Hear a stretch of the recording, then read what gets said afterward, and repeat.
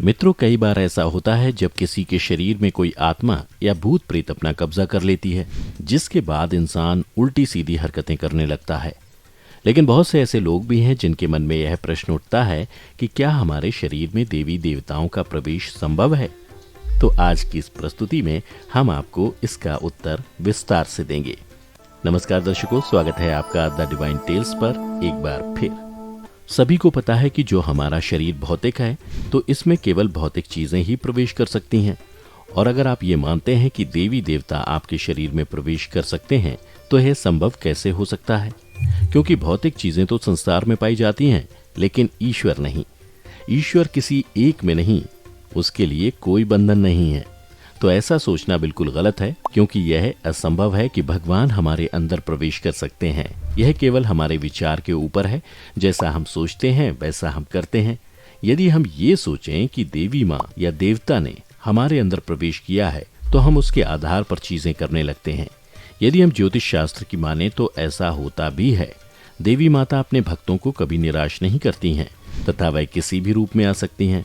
वहीं विज्ञान के अनुसार डॉक्टर कहते हैं कि ऐसा किसी मनोवैज्ञानिक बीमारी के चलते होता है। विज्ञान का मानना है कि जब मनुष्य का दिमाग कमजोर होता है वो एक ही चीज के बारे में बार बार सोचता है। जैसे कि रात के समय यदि वह किसी देवी या देवता के बारे में सोचता रहेगा तो उतने समय के बाद उसका दिमाग यही सोचने लगता है और वैसा ही महसूस करने लगता है। बता दें कि ईश्वर से जो प्रेम करता है वह मानव शरीर ही महान है। समझदार वो लोग हैं जो भगवान की भक्ति व उनसे प्रेम करते हैं। चलिए अब आपको बताते हैं कि किसी मनुष्य के अंदर भूत प्रेत कैसे प्रवेश करते हैं। वैसे तो वर्तमान समय में लोगों का मानना है कि भूत प्रेत सब काल्पनिक बातें हैं, परंतु पुराणों में यह बताया गया है कि अगर अच्छाई है तो बुराई भी है।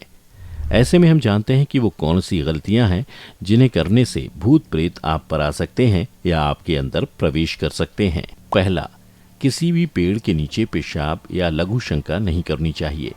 लोग कहीं भी मूत्र विसर्जन कर देते हैं या कहीं भी थूक देते हैं। ऐसे में अगर आप जमीन पर कहीं भी पेशाब करते हैं तो समझ जाइए और देखिए कि जहां आप ये सब कर रहे हैं कहीं उसके पास शमशान या मुर्दा घाट, मंदिर तथा कब्र ना हो। इन सब के अलावा भी अगर वह जमीन खाली है तो उस पर पहले गायत्री मंत्र पढ़ें, फिर मूत्र विसर्जन करें। ऐसा करने से वहां मौजूद कोई भी नकारात्मक ऊर्जा दूर हो जाएगी और वो आपको नुकसान नहीं पहुंचाएगी। ज्यादातर लोग ये हरकतें गांव में कर देते हैं, जिसका दुष्परिणाम उन्हें भुगतना पड़ता है।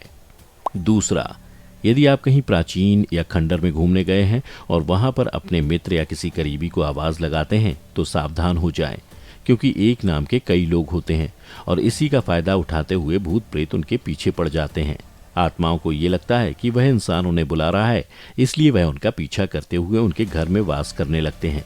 धीरे धीरे करके वो आत्मा आपको नुकसान पहुंचाने लगती है और इसका प्रमाण आपको आगे चलकर दिखता है। ऐसे में यही कहा जा सकता है कि आप अपने थोड़े से मजे के लिए खंडर में ये सब ना करें।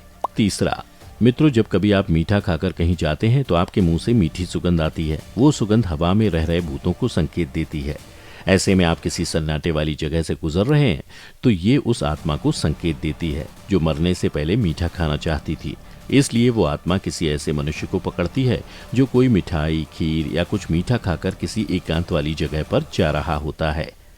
नंबर 4, ज्यादातर काली शक्ति महिलाओं पर हावी होती हैं, क्योंकि अक्सर वह रात के समय बाल खोलकर किसी समारोह या सुनसान वाली जगह पर जाती हैं और ऐसी मान्यता है कि भूतों को महिलाओं के बाल काफी आकर्षक लगते हैं, इसलिए वो जल्द ही महिलाओं के ऊपर हावी हो जाते हैं।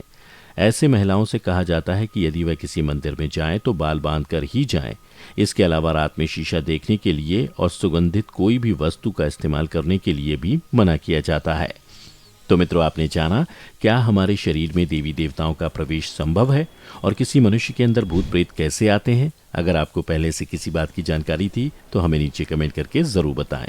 आज की वीडियो में बस इतना ही। हम उम्मीद करते हैं कि हमारी वीडियो के जरिए आपको कई सवालों के जवाब मिल गए होंगे। अगर ये वीडियो पसंद आई हो तो इसे लाइक और शेयर जरूर कीजिएगा। अगर आपने हमारे चैनल को सब्सक्राइब नहीं किया है तो जरूर करिए। इसके साथ ही मुझे दें इजाजत। इस वीडियो को अंत तक देखने के लिए आपका बहुत बहुत शुक्रिया। और हाँ, अब आप हमारे सभी वीडियो फेसबुक पर भी देख सकते हैं, जिसके लिए आपको फेसबुक पर द डिवाइन टेल्स के पेज को लाइक और फॉलो करना होगा।